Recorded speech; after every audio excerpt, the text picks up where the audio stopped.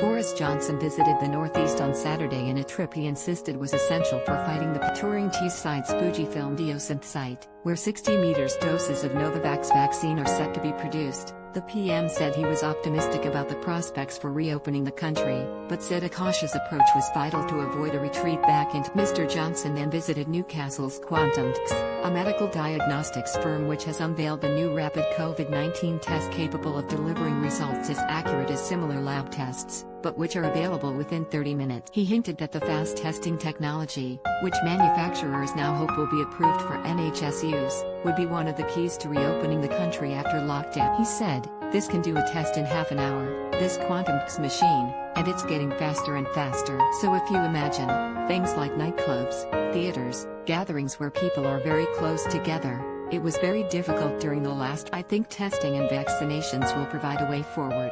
So I'm confident, I'm optimistic, but we just need to set a realistic timetable. But, despite agreeing he was hopeful that Brits might be able to order a pint outside in a pub garden by April, Mr. Johnson, who last year suggested life would be closer to normal this Easter, refused to be drawn on the specifics of his roadmap out of lockdown, set to be unveiled on February. He said, "We've got to take one thing at a time and just be cautious.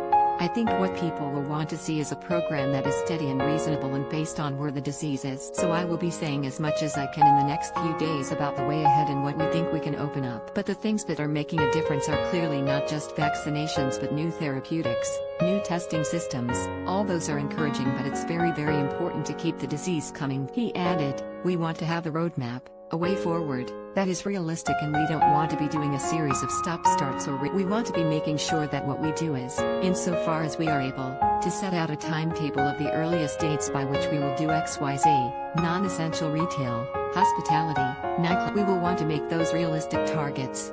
Speaking in Teesside, he said his first priority remained opening schools in England on March 8, to be followed by other sectors. "Our children's education is our #1 priority, but then working forward, getting non-essential retail open as well, and then, in due course as and when we can prudently, cautiously, of course we want to be opening hospitality as well," he said. "When should lockdown end and what would you like to see reopen first?